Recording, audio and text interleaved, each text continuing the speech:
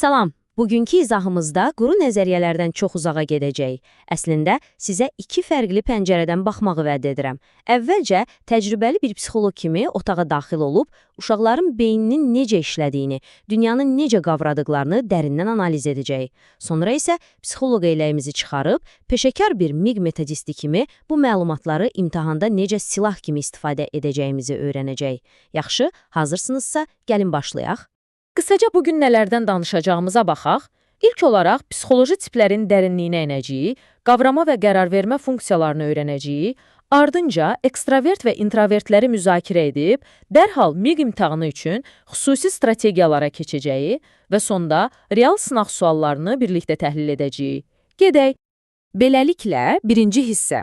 Psixoloji tiplərin dərinliyi, yəni psixoloqun kreslosu. Təsəvvür edin ki, o kresloda əyləşmisiniz. Sinifdə qarşınızdakı uşaqlar sadəcə eyni formanı geyinmiş məktəblilər deyil, dünyanı tamamilə fərqli qavrayan unikal beyinlərdir. İnsan idrakını dərindən anlamaq, təkcə otaqdakı atmosferi idarə etmək üçün yox, həm də miq imtahanında o çətin situasiya suallarını sındırmaq üçün bizim ən böyük silahımız olacaq.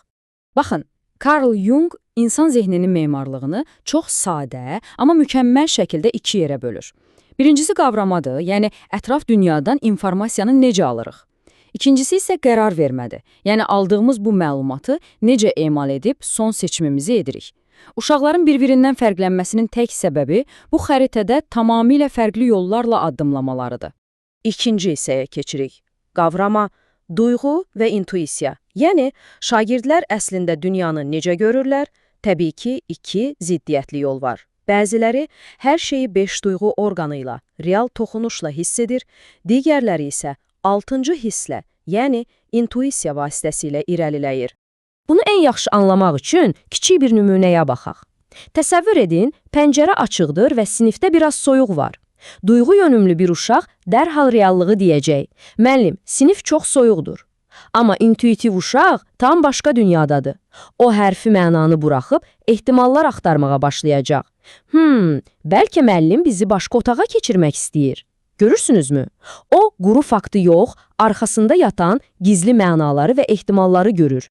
Məhz buna görə də sinifdə balans yaratmaq çox vacibdir.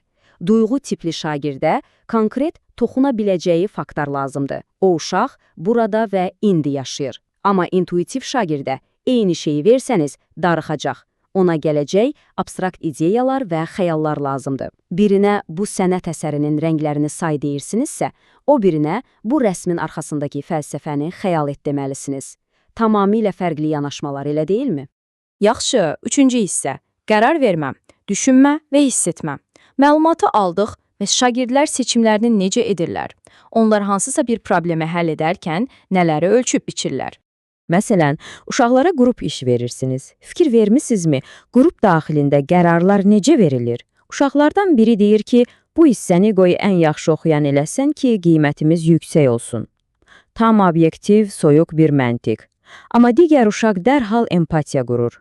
Gəlin o zəif oxuyan uşağa da asan bir iş verək, kənarda qalıb pis olmasın. Bir tərəfdə sərt məntiq və ədalət axtarışı, digər tərəfdə isə komanda ruhu və münasibətlərin qorunması.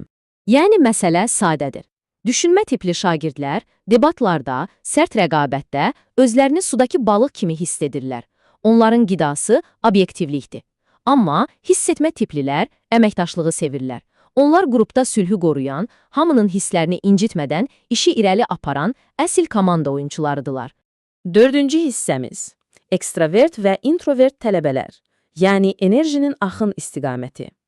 Bütün bu qərarları və qavramanı idarə edən o daxili motor, o enerji əslində haradan gəlir və hara gedir? Bu, bizi uşaqların psixoloji profilinin sonuncu, ən həlledici təbəqəsinə gətirir. Bilirsiniz, sinif otağı əslində çox qarışıq bir ekosistemdir. Orada həm ekstravertlərin o bitmək bilməyən enerjisinə, həm də introvertlərin o dərin sükunətinə yer olmalıdır. Ekstravert uşaq o səsküydən, fəallıqdan güc alır, həmişə lövhədə olmaq istəyir. Amma introvert şagirdin fikirlərini toparlaması üçün öz daxili dünyasına çəkilməsi, o sakitliyə ehtiyacı var. Mükəmməl bir müəllim məhz bu iki fərqli enerjini tarazlıqda saxlayan şəxsdir. Beşinci hissə. Miq imtahanı üçün strategiyalar. Bax, indi o rahat psixoloq kreslosundan qalxmağın tam vaxtıdır.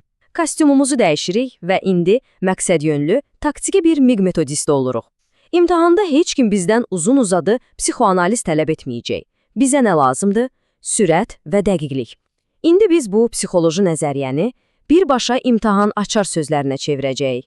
Bütün diqqətiniz məndə olsun, çünki işin ən praktik, ən can alıcı yerinə gəldik. Bu gördüyünüz siyahı əslində imtahandakı ən güclü silahınız, bir növ xilaskarınızdır. Uzun bir situasiya sualı görəndə qətiyyən panikaya düşməyin. Bütün mətni sətir-sətir analiz etməyi əvəzinə sadəcə bu açar sözləri axtarın.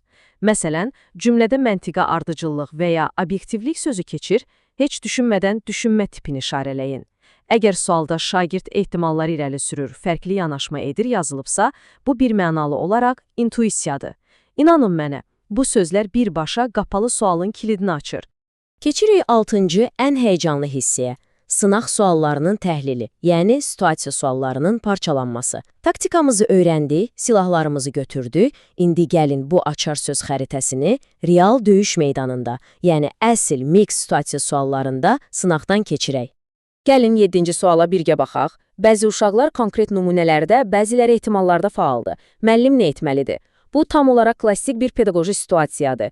Bir metodist kimi biz burada variantlar arasında itib batmaq əvəzinə dərhal xəstəliyə diaqnoz qoymalıyıq. Gəlin sualı cərrah kimi parçalayaq.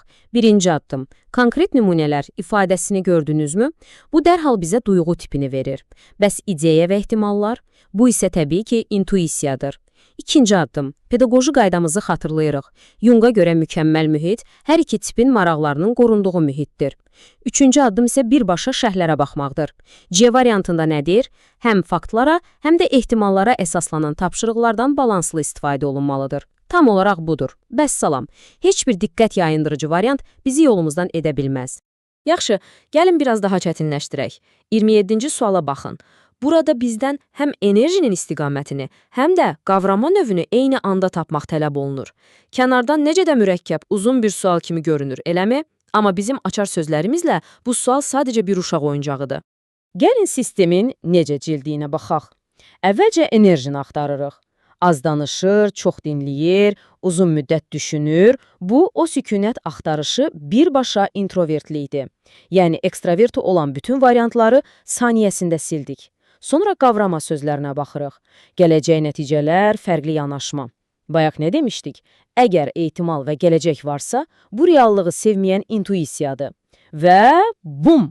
İkisini birləşdiririk, nəticə hazırdır. D variantı, introvert, intuisiya. İnanın mənə, bu taktika ilə ən mürəkkəb sualı tapmaq cəmi 10 saniyəniz alacaq. Beləliklə, bugünkü izahımızın da sonuna çatdıq. Bugün biz iki böyük iş gördük. Həm təcrübəli bir psixoloq kimi o uşaqların qəlbinə, zehninə dərindən nüfuz etdik, həm də bir miq metodisti kimi o çətin imtahan suallarını necə asanlıqla darmadağın etməyi, imtahanda xüsusilə açar sözlərə necə diqqət etmək lazım olduğunu öyrəndik. Çünki şagirdin zehnini anlamaq, həm o sinif otağında möcüzələr yaratmağın, həm də miq imtahanını ən yüksək balla tamamlamağın yeganə açarıdır. Zəkanı idarə edin ki, imtahanı fəth edəsiniz. Yeri gəlmişkən, ekranda gördüyünüz Vusala Qacar logosu təhsilinizdə hər zaman yanınızda olacaq keyfiyyət rəmzidir. Bəs siz sabah səhər o sinifə girəndə ilk olaraq hansı şagirdinizin psixoloji sirrini kəşf edəcəksiniz? Növbəti görüşlərədək uğurlar.